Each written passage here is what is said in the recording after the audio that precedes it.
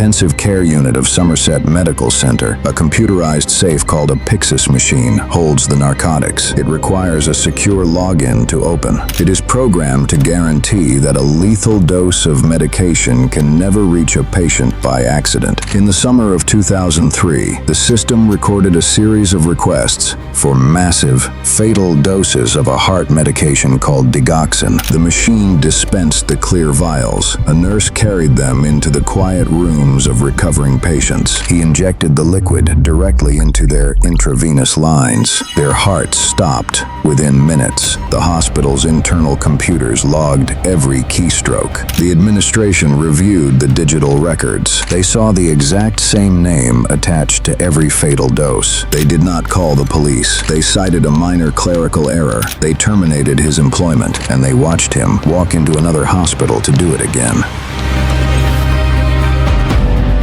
A hospital at 3 in the morning is an ecosystem built entirely on trust. The fluorescent lights are dimmed.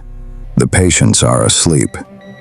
The only sounds are the steady, rhythmic compressions of ventilators and the soft squeak of rubber soles on linoleum. When you are lying in an intensive care bed, you have surrendered every ounce of your agency.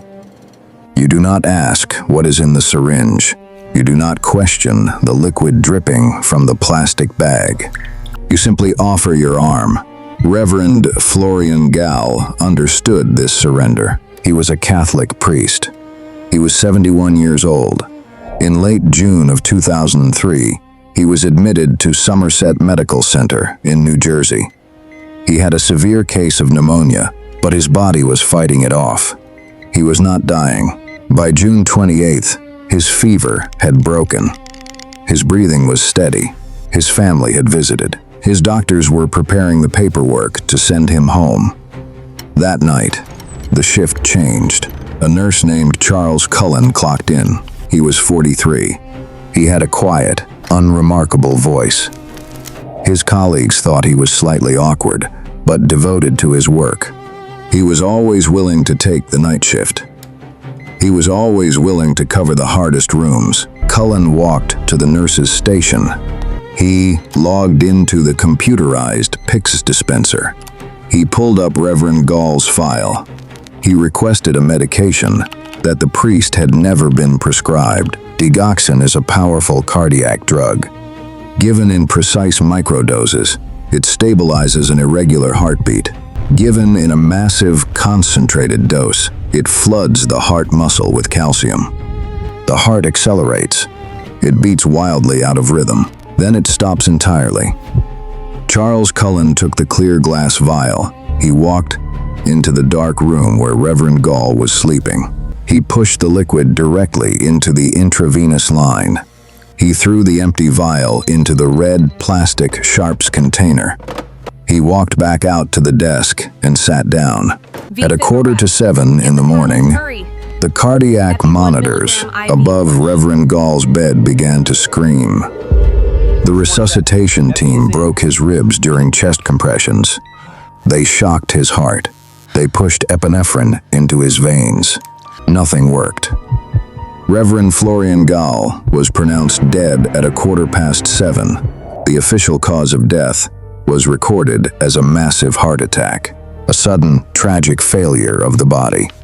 A common occurrence in an intensive care unit, but an attending physician had drawn a final vial of blood just as the heart stopped beating. When the toxicology report returned from the lab, it contained an impossible number. The concentration of digoxin in the priest's blood was lethal. He had never been prescribed the drug. His medical chart explicitly stated he did not need it. The hospital's lead pharmacist opened the digital logs for the computerized Pyxis dispenser. He traced the missing vials. He found the digital signature of the nurse who had requested them. The hospital executives were notified. They contacted the State Poison Control Center to ask for guidance. Dr. Stephen Marcus, the director of the center, reviewed the blood work. He told the hospital administration that this was not a medical error. It was an intentional poisoning. He told them to lock down the unit and call the state police immediately. The hospital executives convened a private meeting. They did not call the police. They did not notify the family of the murdered priest. They decided to conduct a quiet, internal review to protect the facility from liability and public panic.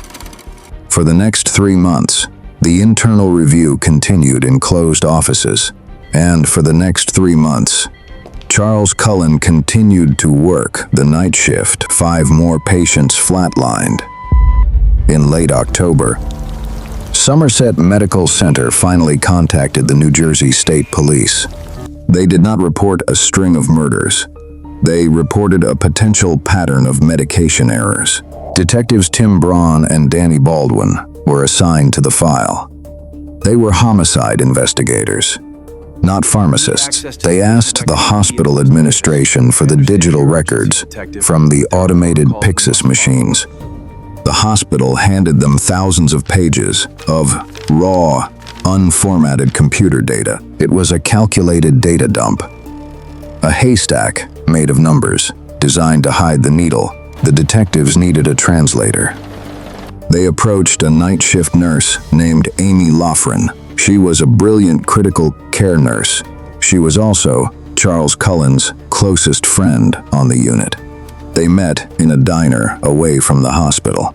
The detectives placed the printed Pyxis logs on the table. Amy traced the digital timestamps with her finger. She did not look for the medications Cullen officially withdrew. She looked for the orders he canceled. The Pyxis software had a flaw.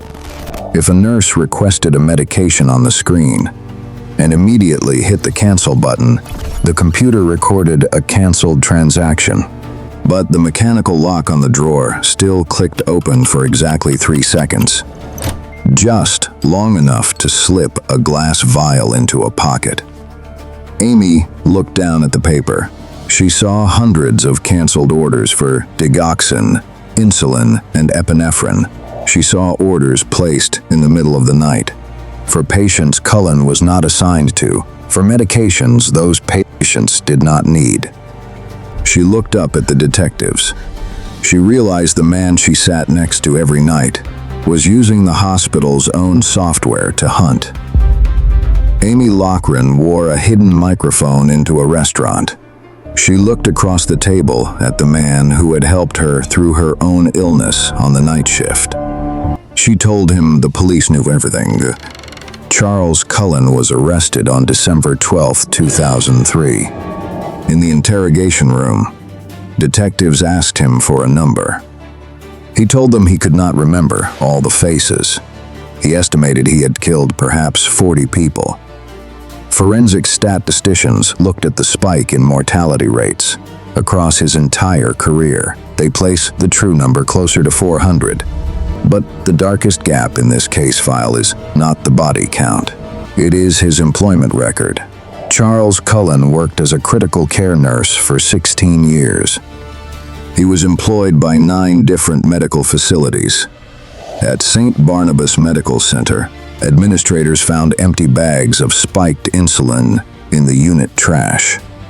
At Warren Hospital, a dying woman pointed at Cullen and told her family he had injected her while she slept. At Liberty Medical Center, internal audits showed him hoarding lethal cardiac medications. At St. Luke's, security found unused vials of paralyzing agents hidden in the disposal bins on his ward. Every single facility suspected he was killing their patients. Not one of them called the police. Instead, the administrators offered him neutral letters of reference. They allowed him to resign quietly. They passed the predator to the next intensive care unit. They traded human lives for clean public relations and a shield against wrongful death lawsuits. Charles Cullen is serving 18 consecutive life sentences in a maximum security prison. He will never walk the halls of a hospital again. But the executives who signed his clean reference letters did not go to prison. The hospital administrators who hid the toxicology reports kept their jobs. The corporate legal teams who drafted his quiet resignation agreements were never charged with a single crime. There are thousands of intensive care units operating tonight. They are monitored by the exact same automated software. If an internal audit found a lethal discrepancy in the medication logs right now, the hospital administration would face the exact same choice that Somerset Medical Center faced in 2003. The unresolved gap in the Charles Cullen file is not why a predator decided to weaponize the pharmacy. It is the documented, legal fact that 9 different medical institutions looked at a serial killer and decided it was cheaper to give him a recommendation than to tell the truth. The official files are closed, but the record is not. We want your verdict in the comments below. Who carries the heavier guilt? The predator holding the syringe or the executives holding the data? If you appreciate documentaries that respect the facts, leave a trace on this video and subscribe to Case Hush. There are more files in the archive. We will open the next one very soon.